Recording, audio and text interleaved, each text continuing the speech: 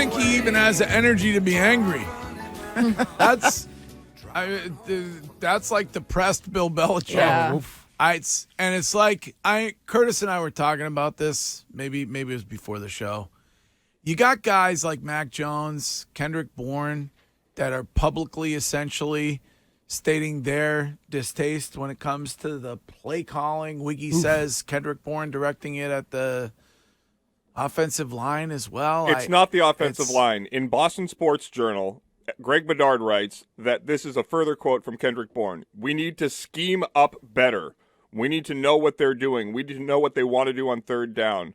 We're kind of sporadic. They call this and we call that, and it falls right into what they want. We need to have it where they're falling into what we want and things like that. Basically, This is Greg Bedard writing. Basically, Bourne is saying Patricia and Judge have no idea how to attack opposing defenses, let alone set up plays to put Patriots in a better position to succeed. He's right. He's So, right. Right again, Curtis. He's right.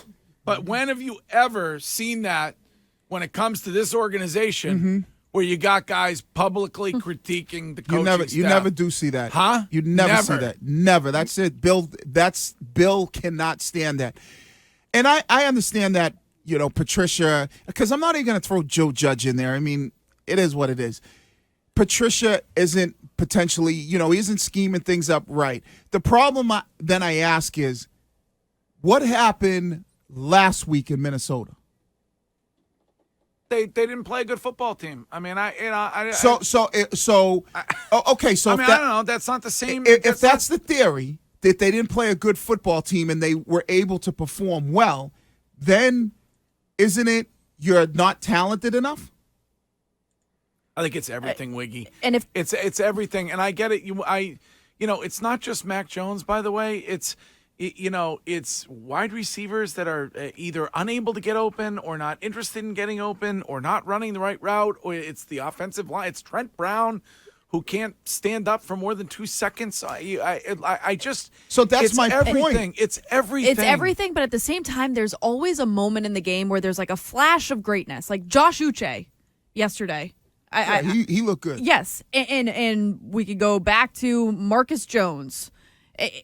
There are moments. No, I know, Wiggy, but I'm just saying that there are people on this team that are talented. So it's annoying that the rest of them are letting us down. Because whether it's Matt Patricia, whether it's Mac Jones, wherever you fall on this, I think a few tweaks and this team would be good. Well, but the I don't tweaks, think short of Bill, I don't think they have any respect at all for the coaching staff. No, they have none. And if you're Mac Jones, Greg, and you're watching that game last night from the sideline, looking at Tweedledee and Tweedledumbass coaching your offense, and you see the Bills, who lost an incredibly talented offensive mind in Brian Daboll, one of the guys off of Belichick's staff from years ago, who's now in charge of the Giants, a team that looks much better in the absence of Joe Judge.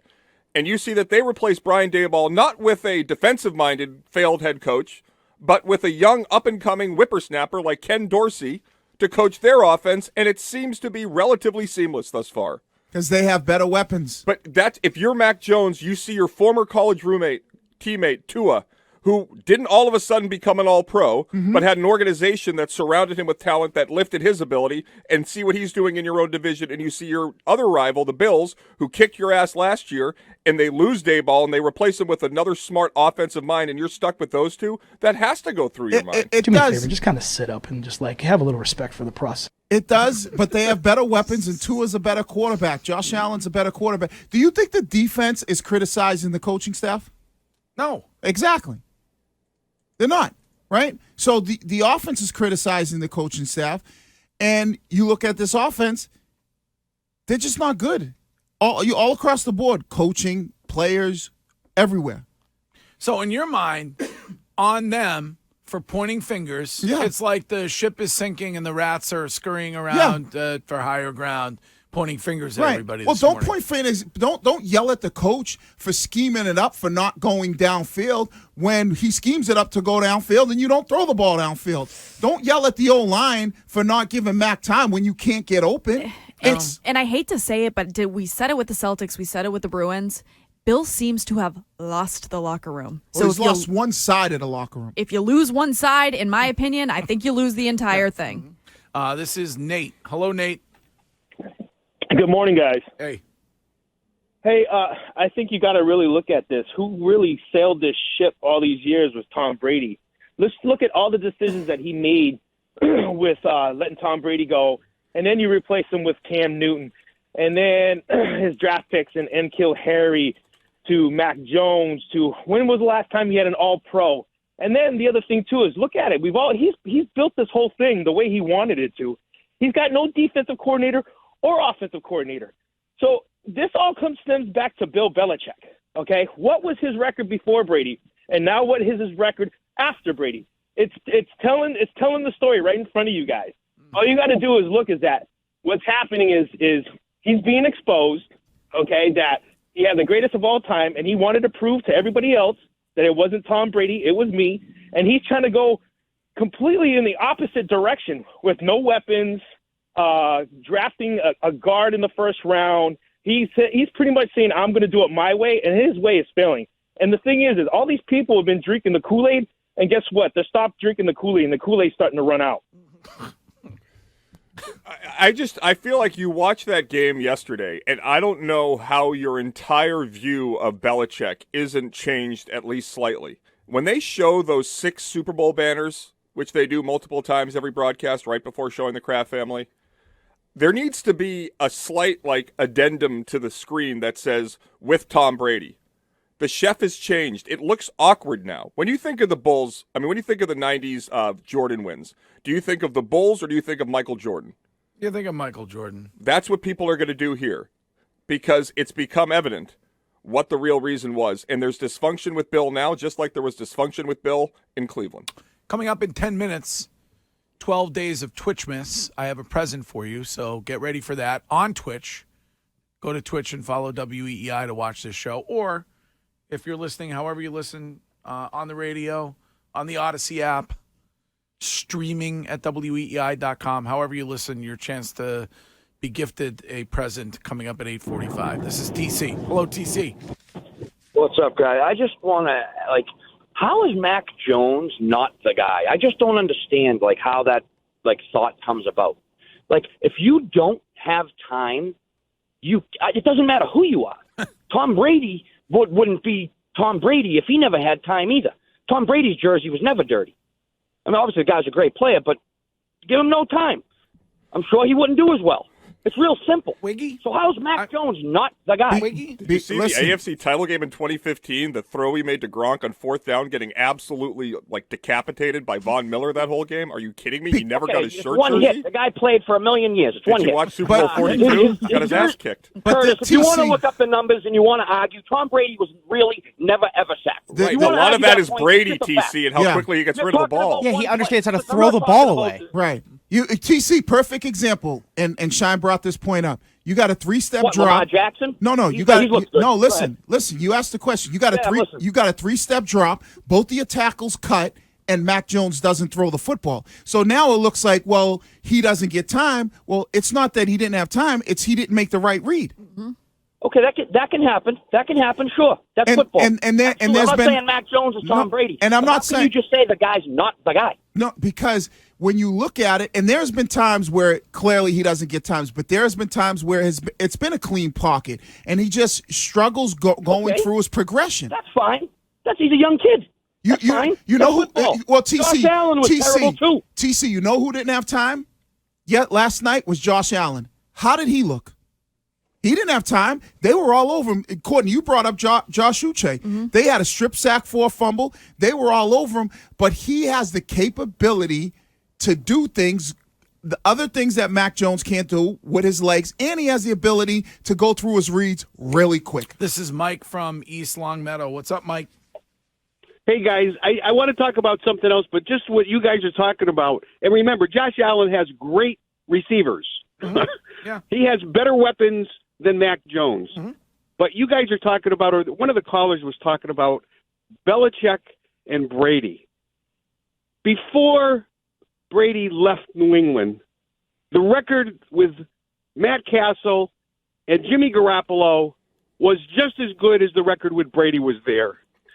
When Brady left, Gronk had left, Edelman had left. They had nothing. We had Cam Newton for 1 year, pathetic quarterback, and we had Jones last year. So don't give me this crap that it was only because of Brady. Belichick is Belichick, and right now Belichick has no weapons.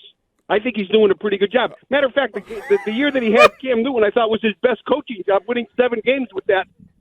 Hey, Mike, you know that they went from 18 wins to 11 when Brady got hurt in 2008? That was a 7-game win differential between the two with the same team. The point is that they were solid. They were winning. Now, I'm not saying Matt Castle was as good as Brady, but don't give me that. It was part of the reason was the system, and they had pretty good weapons back then. So this is where you thought the Patriots would be? My only point is, yeah, Brady is Brady. You look at all these dynasties; they've had great quarterbacks, but they've also had great coaches. Right, and we're talking about who made who. That's kind of the basis of all of this. Ooh, great song, AC/DC. I was going to say we should do that as a rejoin. Yeah. But this all began this week on Monday, where a guy in Bill totally changed who he was with us in avoiding any accountability or understanding of just how bad last year was. You know, Bill is a guy that would create boogeymen that didn't exist. You know, he would say that, their running back is the greatest player in NFL history, and he was like a 5th stringer. And he would rip his own team saying that they're not ready yet. 7 games doesn't win you anything. And on Monday, he was creating a fake punt out of thin air to defend the way the team defended Josh Allen, which was indefensible. And it was just such a bizarre thing where he did it with the penalties with Alan Siegel, and he did that with me on Monday, where he's overly defensive about things he used to focus on as a means to bring the team some humility. Yeah. Bill's like Superman. His great, you ever hear the superheroes like his greatest strength is also his greatest weakness. His kryptonite? His kryptonite is the fact that he can't change and evolve into maybe what the league has become, whether that's high-priced diva type of players. He can't evolve into that.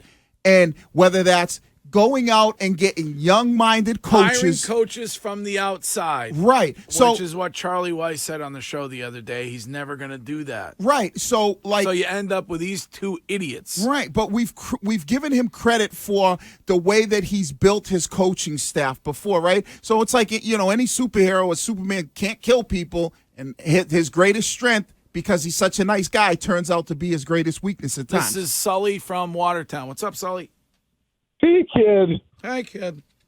Lifelong Pats fan, but when I look at Bill's coaching tree, they're not just bad, they're just absolute disasters outside of Brian Flores. And, it's because they learn nothing from Bill, and they don't have Brady making up for all the shortcomings. I looked up Detroit's record with Jim Caldwell, over 500, 9-7, very solid. And Fat Matt just napalmed that franchise. Can we not do the fat shaming? That didn't go well for Jack Edwards. I mean, let's leave it to the man's work, his body of work. Oh, jeez. Referencing his body again. Come on. Shime out here tweeting about it. He was? No, it's just caption this. Unbelievable. And I said, F, I missed the buffet. I would do the same thing. Lord. Yeah. That was personally from me. Do you I'm think as he fat as they changes, come. though? Come on. Do you think Bill You look great. changes? Thank you. No. I don't think Bill changes, and I think you're stuck with him until he decides to hang it up. You can't fire the guy. And he's not. He is never going to change. This is his I don't personality. even It's his ego. I don't even think do you think he's going to fire Matt Patricia or move Matt Patricia up to, back to special advisor to the, first assistant to the undersecretary of, public affairs? No. You are underselling the fan outrage right now, Greg. I know it's there, Curtis. But what does Bill tell us all the time? I don't care. Well, I don't really care what you think. I don't really care what the fans think. I mean, it is what it is. It's Bill's world. We're all just living in it. Curtis, so if he wants Patricia, he's keeping him. Curtis, you can see a moment where Robert Kraft or Jonathan fires Bill Belichick. Yes. There are 70% of the people responding to our poll right now say that they have lost faith in Bill Belichick's ability to rebuild the team into a champion. I can't see it. Of course. Right thing or not, I can't see a moment ain't where he happening. does. They said goodbye to Tom Brady. Yeah. That ain't happening. I mean, I would say, so let's say this. And Let's that was say- a let's mistake say- for them. I know, I agree. Let's say Jonathan says, you need to find an offensive coordinator, get your kid off the staff, we need a real defensive coach on defense. Do you think Bill says, okay, sure, or he leaves? So then who's really firing who? But they're Well, not if he going to say leaves- that to If him. he leaves, that's okay. But I do mean, you if see- he leaves on his own, they'll be okay with that. Maybe have the heating stop working in his office. What, and then he just gets what mad. what did Kraft say his biggest mistake was as an owner? Meddling in the affairs of the coaches with Bill Parcells. You just said they had him pick Mac Jones at 15. No, but that's his that was his biggest issue. So he's already doing it. So what's the difference here? He's not. There's no way. I'm with Greg on this one. He is not going to fire Bill Belichick. And if you have to look, if we all know Bill is more like, if I said who's he sticking with, Mac Jones or Matt Patricia next year? Matt Patricia. Matt Patricia. Yeah. Wow.